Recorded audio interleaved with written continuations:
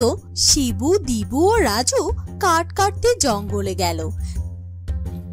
তারা কাঠ কাটতে কাটতে খুবই ক্লান্ত হয়ে গেল। ক্লান্ত শরীরে খুব তৃষ্ণা পেয়েছে, একটু জল হলে ভালো হতো। চলো না বন্ধু, কোথাও জল পাই কিনা দেখি।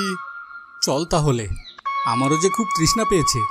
তাহলে তোরা দুজন যা, আমি এখানে বসছি, আমার হাঁটতে একটু ভালো লাগছে নে।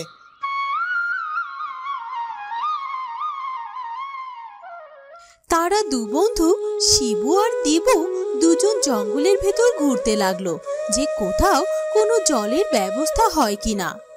বন্ধু, কোথাও তো পেলাম না, তাহলে এখন কি করি? আমার তো এবার পানির জন্য প্রাণ যায় যায় অবস্থা গো। ওই দেখ, মনে হচ্ছে একটা কুয়োর মতো কিছু দেখা যাচ্ছে, চল আমরা গিয়ে দেখি।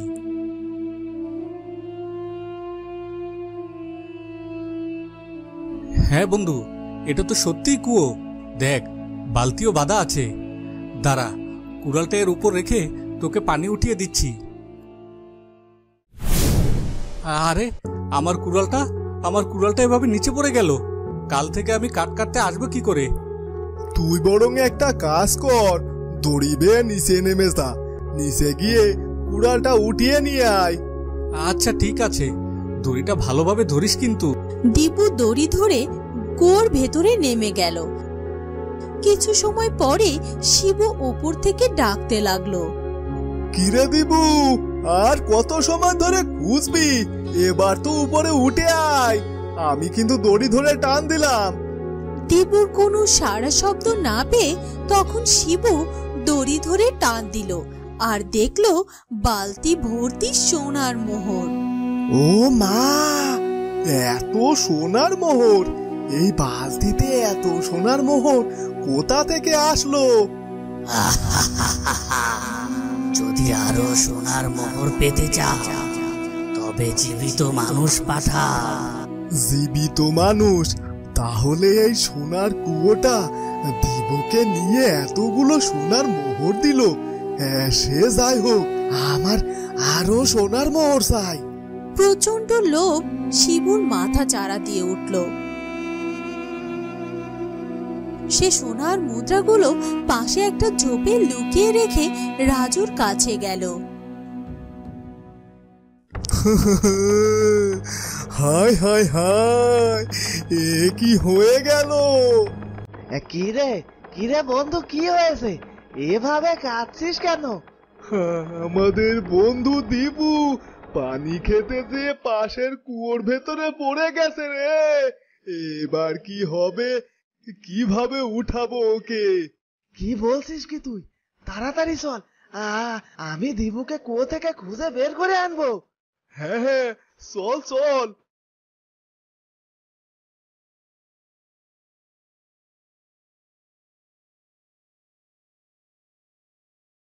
এই দেখ বন্ধু, এই সেই কুয়ো, তুই নিচে নাম, আমি দড়ি ধরছি। আচ্ছা বন্ধু, কিন্তু বন্ধু নিচে এত অন্ধকার, কিছুই তো দেখা যাচ্ছে না, তাহলে ওকে খুঁজবা কিভাবে? তুই নিচে নেমে হাত দিয়ে দেখ, খুঁজে পাবি। রাজু দড়ি বেয়ে নিচে নেমে গেল। কিছুক্ষণ পর শিবু দড়ি ধরে টান দিয়ে দেখলো সেখানে আরো এক বালতি স্বর্ণের মুদ্রা। সে খুশি মনে স্বর্ণের মুদ্রাগুলো উপরে উঠিয়ে নিল। আমার ধনী হয় আবার আটকায় কে? কাল থেকে গ্রামের মানুষকে ভুলিয়ে এই কুয়োর ভেতরে দিব, আর তার বদলে নিব এক বালতি সোনার মুদ্রা।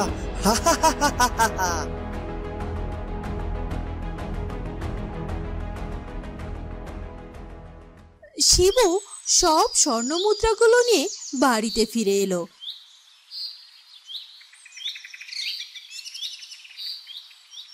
এদিকে সন্ধে হবার পরও যখন দিবু ও রাজু বাড়িতে ফিরল না, তখন রাজুর ছেলে মেয়ে শিবুর কাছে এলো। শিবু কাকা, ও শিবু কাকা, বাড়িতে আছো নাকি গো? কিরে মা, ডাকছিস কেন? কি হয়েছে? কাকা, আমাদের বাবা এখনো বাড়িতে ফিরে এলো না, প্রতিদিন তো সকাল সকাল বাড়িতে ফিরে আসে।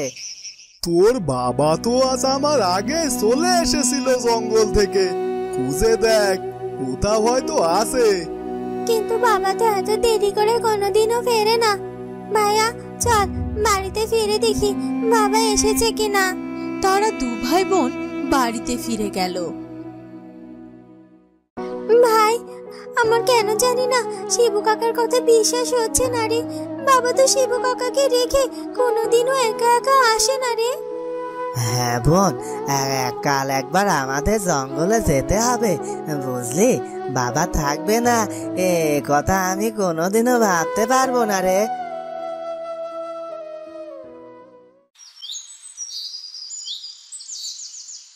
কিরে দিনেশ, আজ হঠাৎ আমার বাড়িতে, তা কি মনে করে এলি? ভাই কোনো কাজ নেই। বন্ধুরা, তোমরা যদি কার্টুন ভিডিও দেখতে পছন্দ করো তাহলে সাব্বির কার্টুন 1 এই চ্যানেলটি সাবস্ক্রাইব করে দাও আর পাশে থাকা বেল আইকনটিও অন করে দেবে। আর তোমাদের নাম আমাদের কমেন্ট বক্সে লিখে যাবা, তাহলে আমরা পরবর্তী ভিডিওতে তোমাদের নাম নেব, বুঝলে?